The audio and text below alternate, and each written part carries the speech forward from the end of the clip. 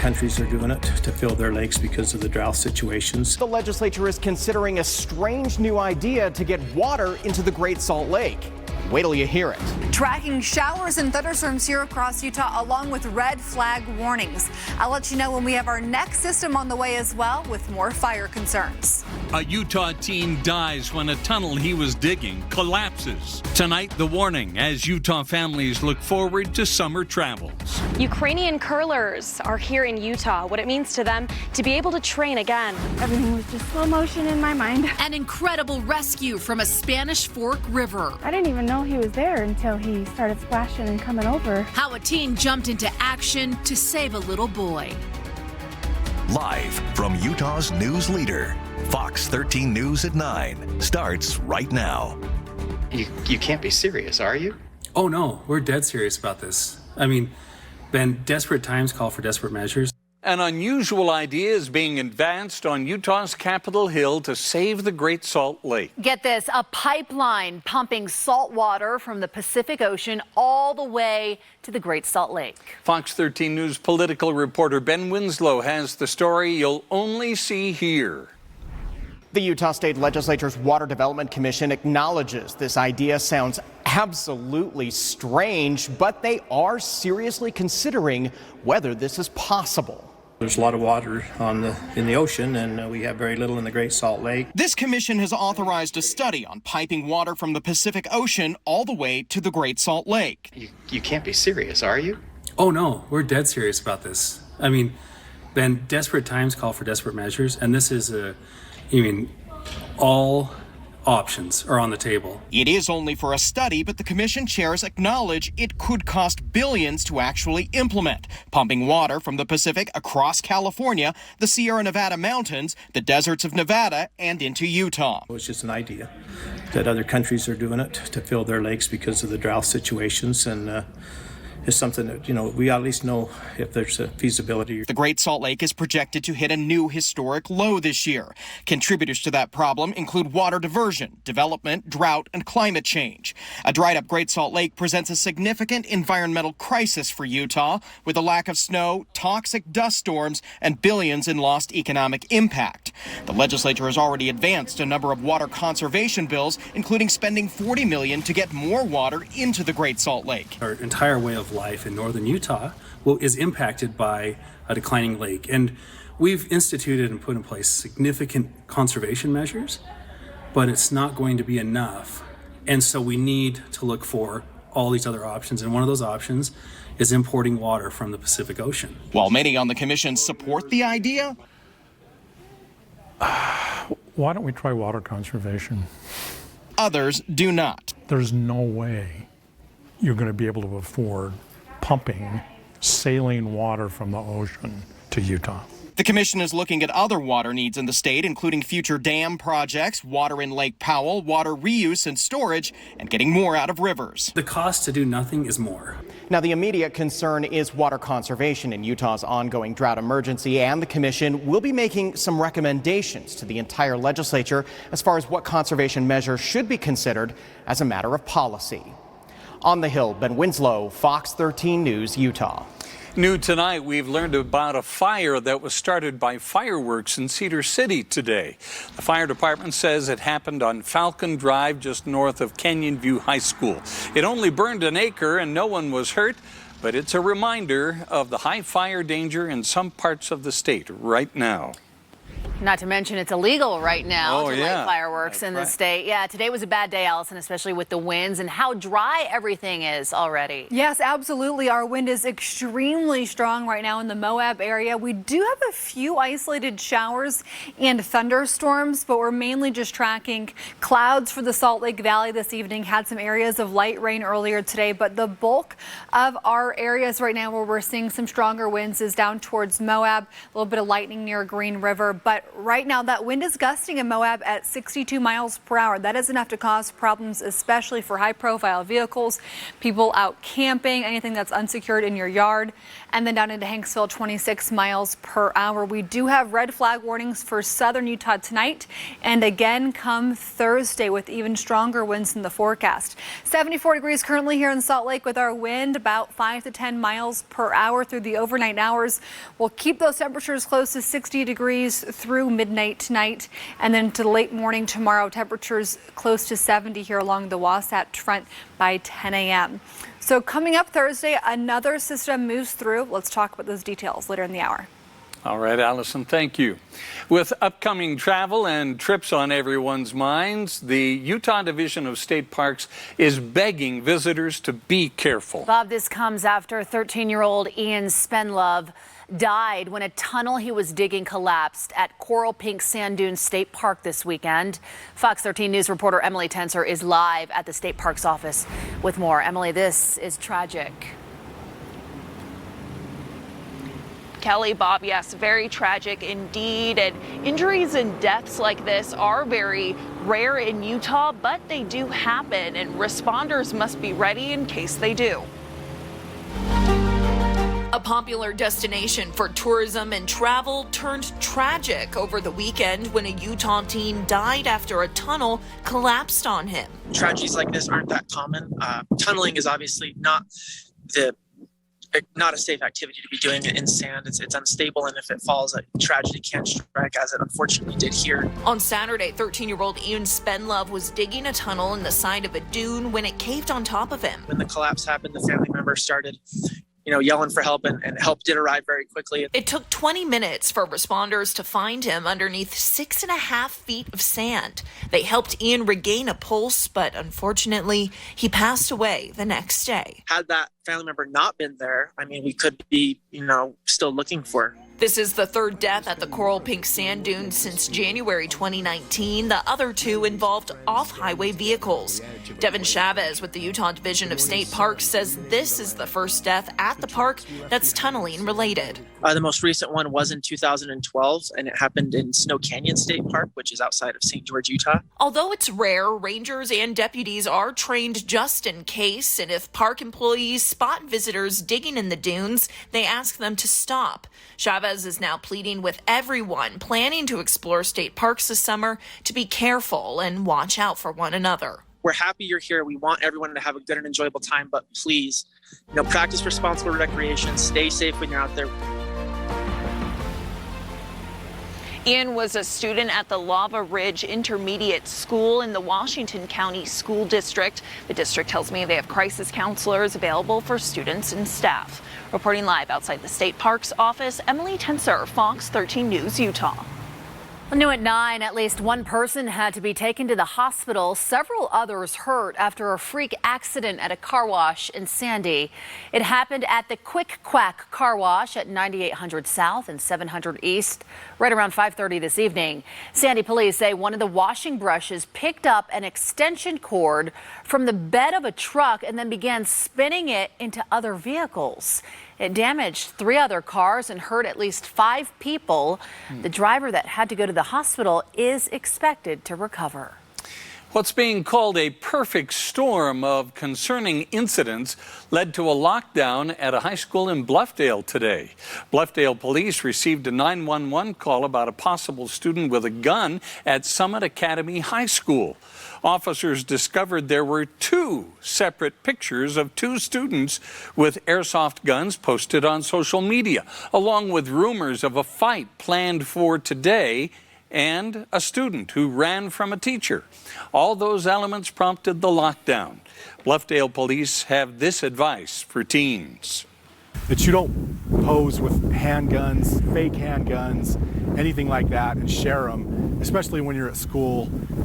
That just causes all these concerns. There's too much of serious stuff going on, real stuff going on in the United States, and this kind of stuff can be avoided today if you just make better decisions. Police say there were no weapons on campus. The investigation is ongoing, but at this point, they don't think they'll press charges since no crime was committed nor threats made. just bad decisions. Right now, police in Logan are looking for the driver of this car. Wait for it. It's a red car you see right there. It hit that cyclist and then drove away. I know this is a tough video to see. It happened at about 8:30 yesterday morning at 1800 North, 600 West. Police say the cyclist was hurt but did not elaborate. If you witnessed the crash or recognize that car, please contact Logan Police. The Humane Society of Utah is now offering a $5,000 reward for whoever can help find the suspect that threw a puppy out of a moving car in South Salt Lake last week. 2-month-old Malin broke her back legs, I should say, suffered fractured ribs and a punctured lung. But she is expected to survive. Financial support poured in for the pup, with the entire cost of life-saving surgery raised in about 8 hours yesterday. If you know who threw the dog from the moving vehicle, call South Salt Lake Police or Salt Lake County Animal Services. Now to an update on a story of heroism in Wyoming and a reunion months in the making. We first told you about Ryan Pasborg back in February. You may remember he was driving to work when he saw this house on fire in Jamestown. He drove up to the home where 3 children told him that their mom and 4-year-old brother were still stuck inside. Pasborg ended up going into the burning home to save both of them. He then revived the mother. After months of recovery, Sweetwater County commissioners, along with the local sheriff's office, publicly honored Pasborg today for his heroic actions. There he is. He also reunited with the mother and the boy he saved, who now have been identified as Stephanie Wadsworth and her child, Weston. Ryan says the Wadsworth family and the Sweetwater County Sheriff's Office will forever have a very, very special place in his heart. When they left, they only had one backpack to take with them. And now they can train, they can be safe. Their home country is ravaged by war. Now Ukrainian athletes are here in Utah. How members of the community are supporting them tonight. He was super brave. It was really brave for a teenager to do that. Hear a Utah mother's cautionary tale after her little boy ends up in a terrifying situation along a river. And Utah lawmakers have made a massive deal with the federal government involving Bears Ears National Monument. Who it helps and why not everyone is happy about it. Ukraine mounted efforts today to remove more fighters trapped inside a besieged steel plant. Yesterday, after weeks of being holed up inside dark tunnels, some 260 fighters were evacuated from the steel mill in Mariupol. Moscow is calling the operation in Mariupol a mass surrender. Ukrainian officials praised the defenders, saying they changed the course of the war.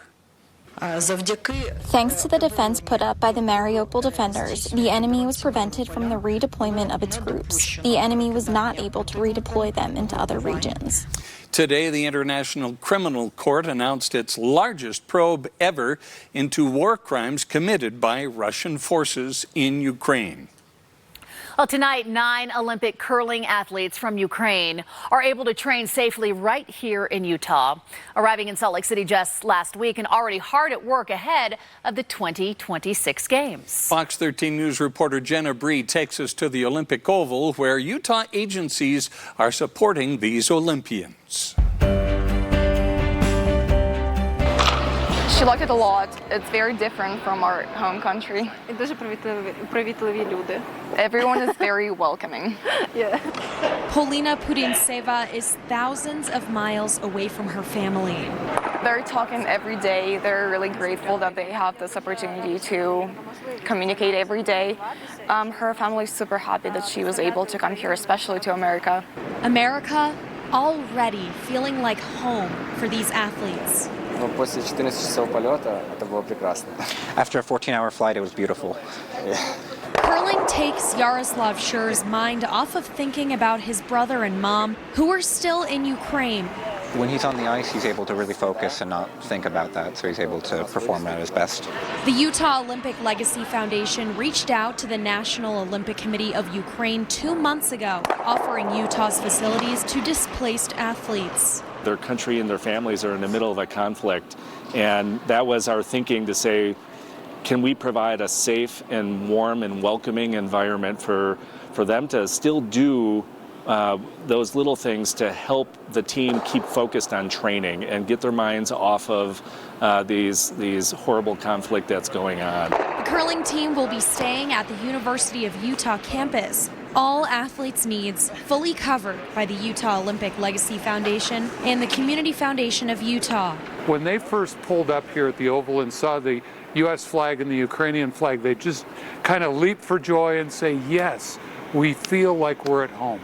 The Ukrainian curling athletes will stay for the next few months through the summer. And then in 2 weeks, more Ukrainian athletes come to Utah, 40 freestyle skiers plus their family members. In Kern's, Jenna Bree, Fox 13 News, Utah.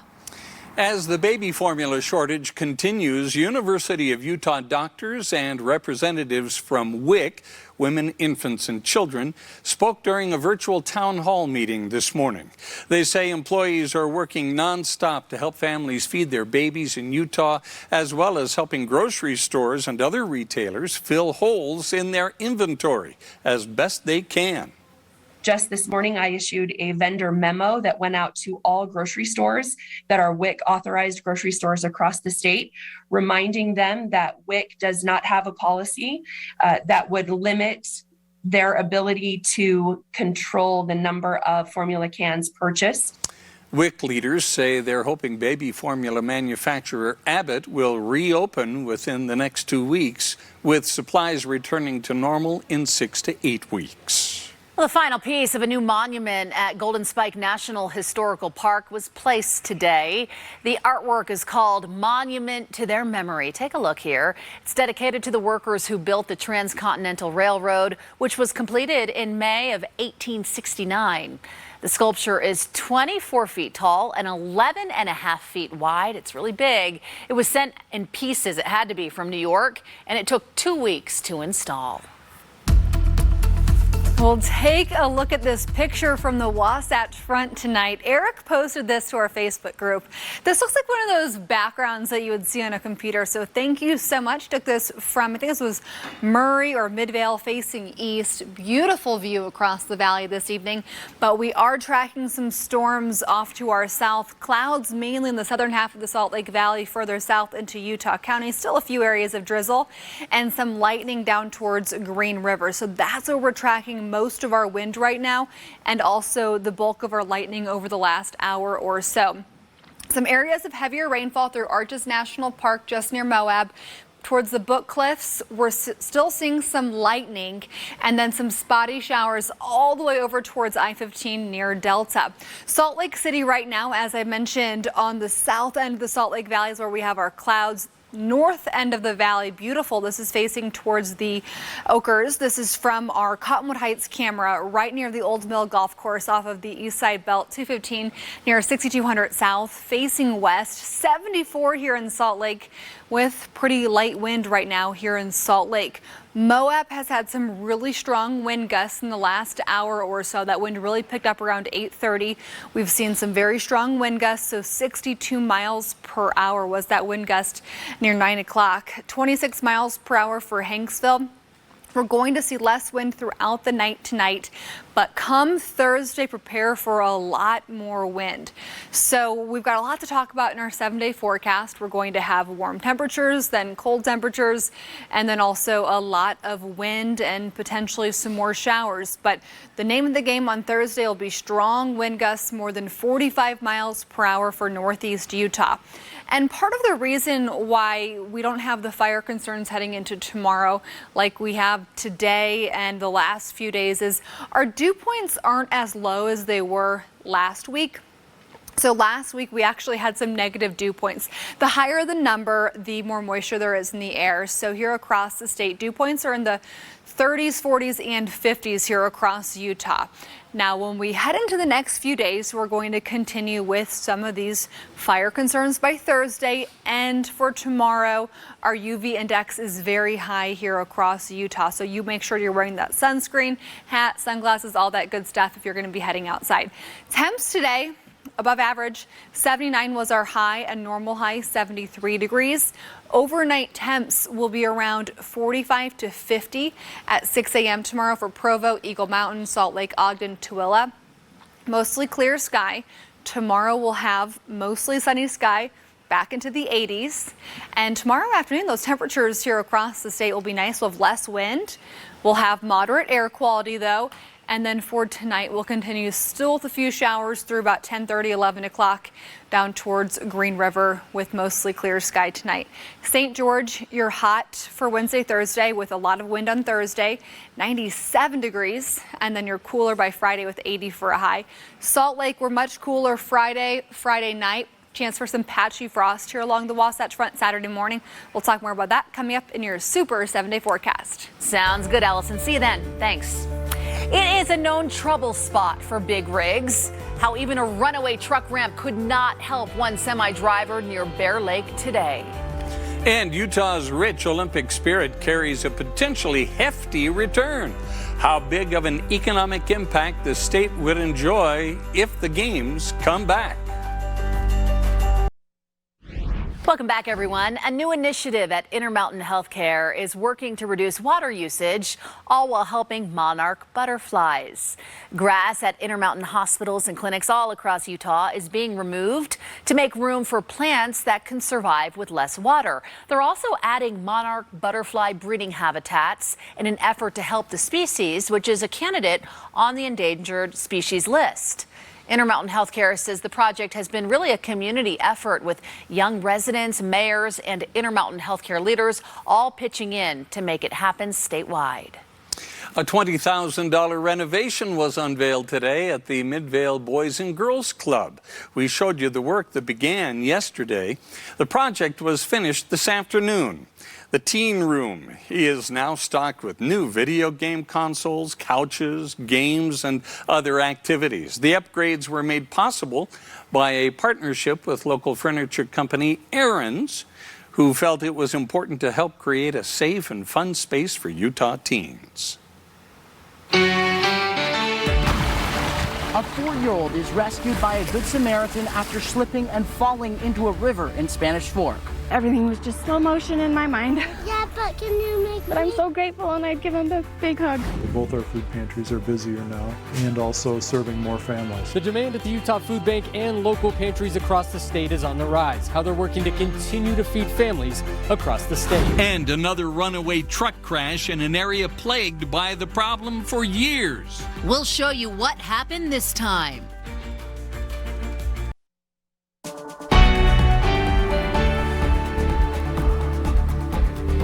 Well, moms and dads know it best. Outdoor trips can be potentially dangerous, especially around water and especially for children. But thankfully, for one family in Spanish Fork, they got lucky. That's right. A passerby did not hesitate to jump in and rescue their 4-year-old boy. Fox 13 News reporter Spencer Joseph spoke with that boy's mother today, who says words cannot describe how grateful she is. If you're around the Spanish Fork River Trail, you might find Tori Williams with her 4-year-old son, Zach. But Monday was a day that wasn't like any other for them. We were starting off on this river trail. We were here with our family. And I had this guy and a couple other kids, and then all of a sudden he just stops right on the side of this. I thought it was pretty steep, this steep edge. I could see him wobbling. He started wobbling, didn't know where to put his foot, and he went that way. Teetering on the edge of the trail above the river, Zach lost his footing and slipped down the hill. Everything was just slow motion in my mind. Mom jumped into action. So I start yelling at my kids, go get your dad. And then I start waking way down. I was wearing flip-flops. But then... And then all of a sudden, whack. And this kid, this teenager, is right there, and he just dives and gets him before he gets all in. And he brought him up the hill, and then he brought his bike up the hill.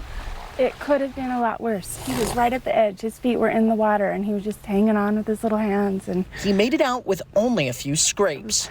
Crazy. Could have been worse.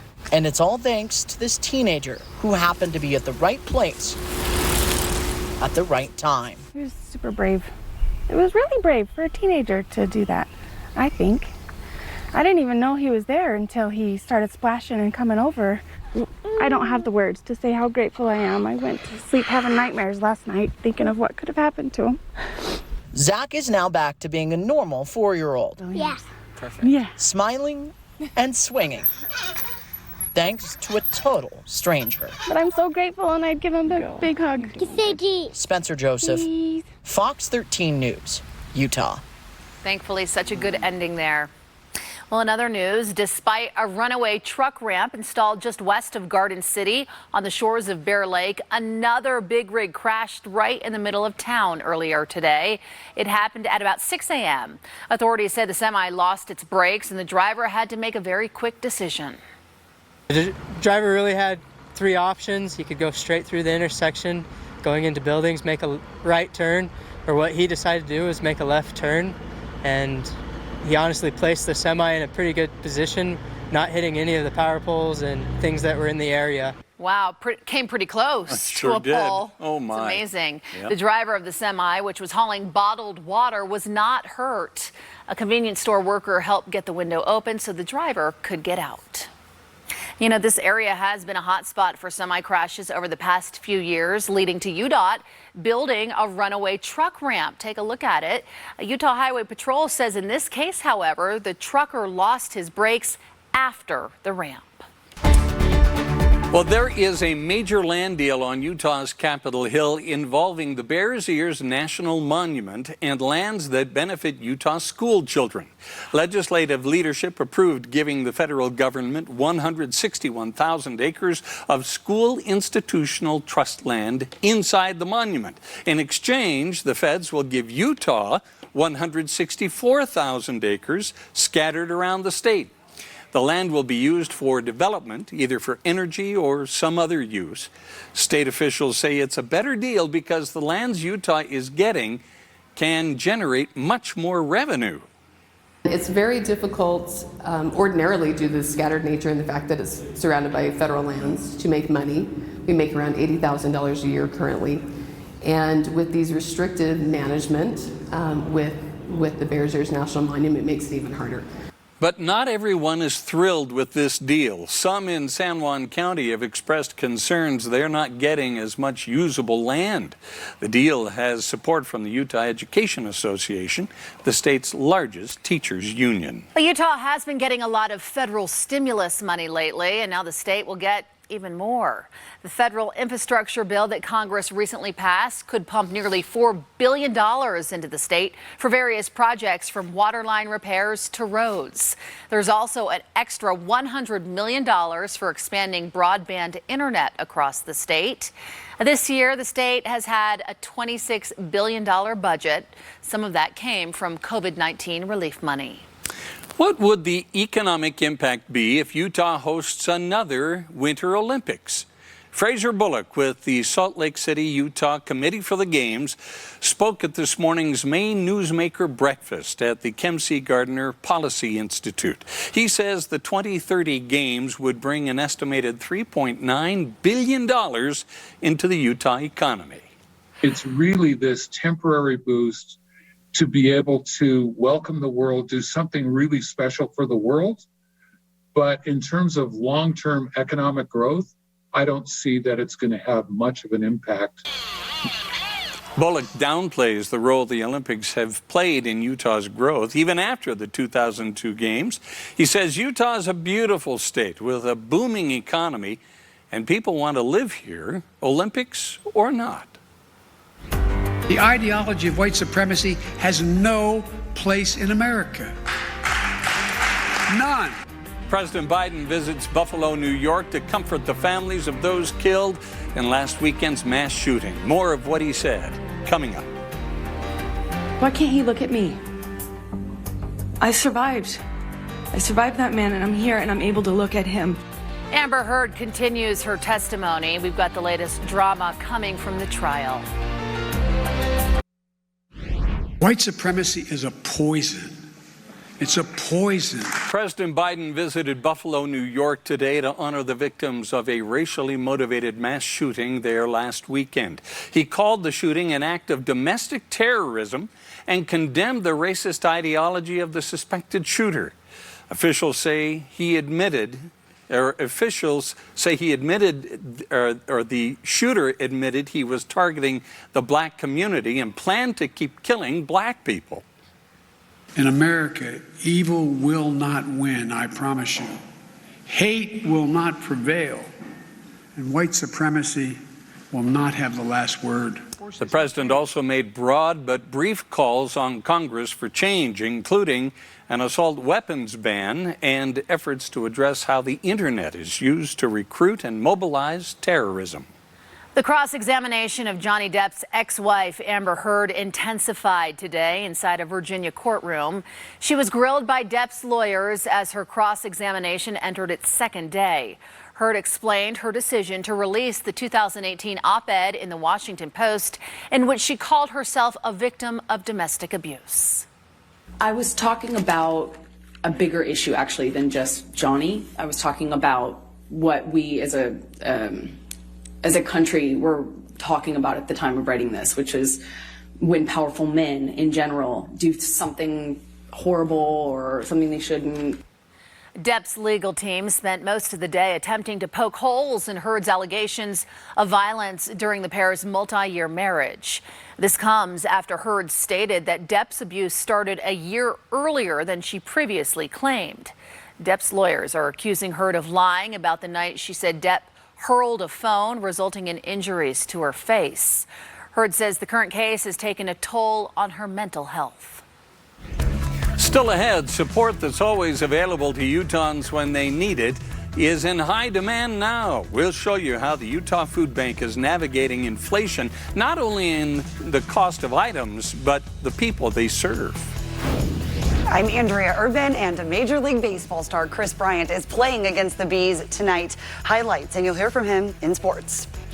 And then he led the Weber State Wildcats for the past 16 years. Yes, we hear from Randy Ray on why he decided to retire. Welcome back. After 2 years, the Stamp Out Hunger food drive returned this past weekend, netting mixed results. As Fox 13 News reporter Chris Arnold shows us, this comes as the demand at Utah food banks and pantries all around the state is still high, even as we emerge from the pandemic. At Crossroads Urban Center in downtown Salt Lake. This is a menu for building the boxes or bags by family size, 1, 2, 3, 4. Their food pantry stays not only stocked, but pretty busy as well. In our case, it's actually worse now than it was during the pandemic. Families are dealing with food inflation and rents are out of control. So we're starting to see more and more families now.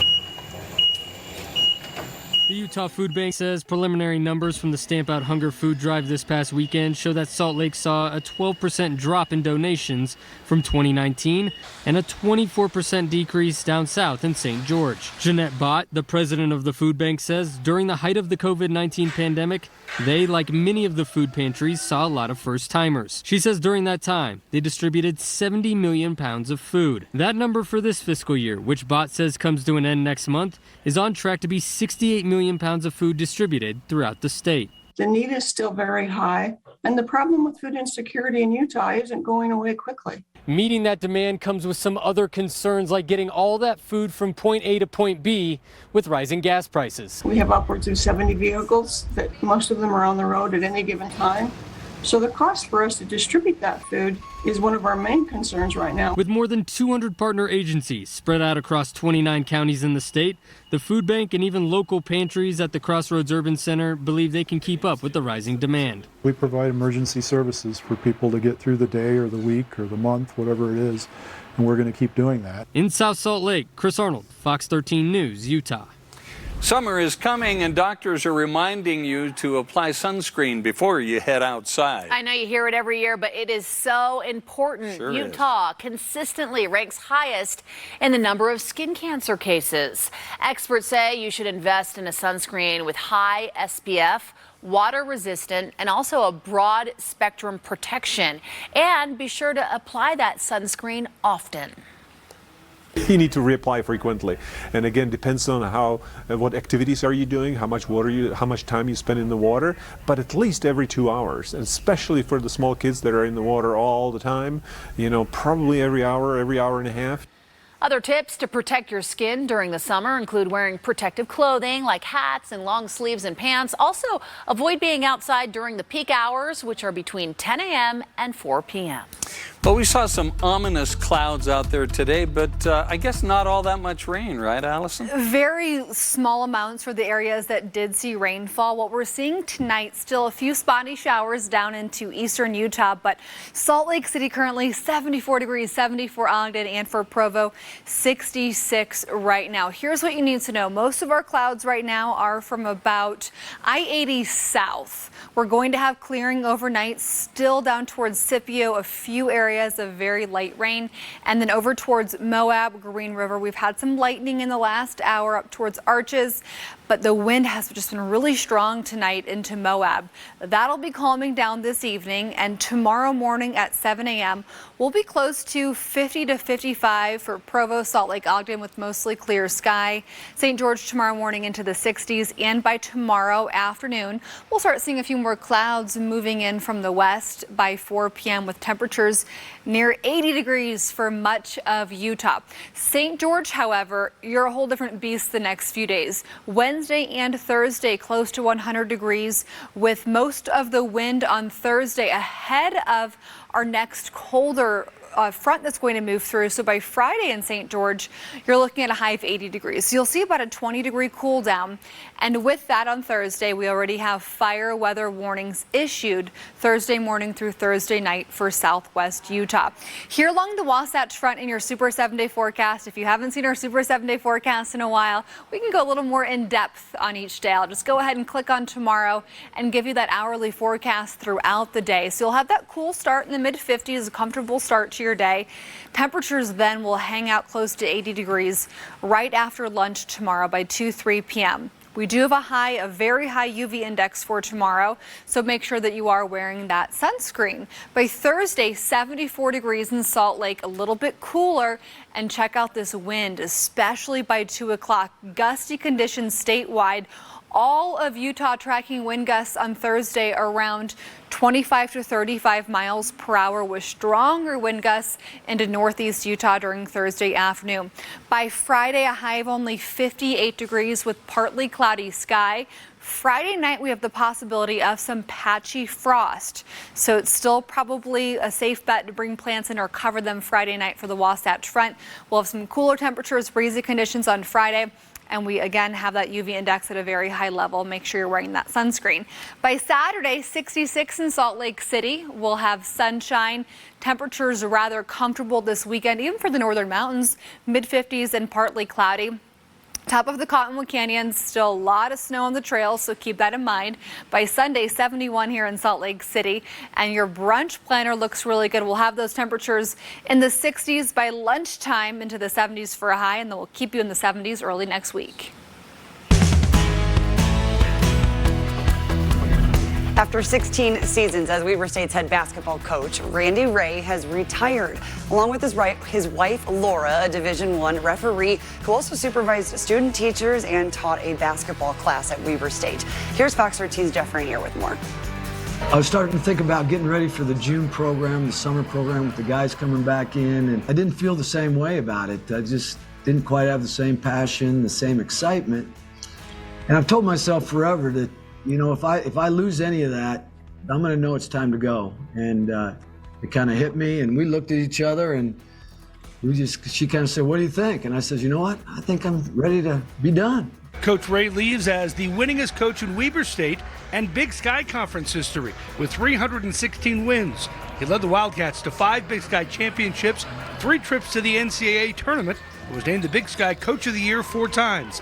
But his number one priority was doing it the right way. I just wanted to run a program what I felt was the right way and try to do it with character and integrity and bring in great kids, graduate kids, follow the rules. But we worked really hard at that. Nothing fancy, just try to do it the right way and build a strong culture. And I feel good about walking away knowing that we did just that. Randy and Laura have a vacation planned for Italy this summer, but after that, they're not sure what's next, other than spending time together and with their 2 sons.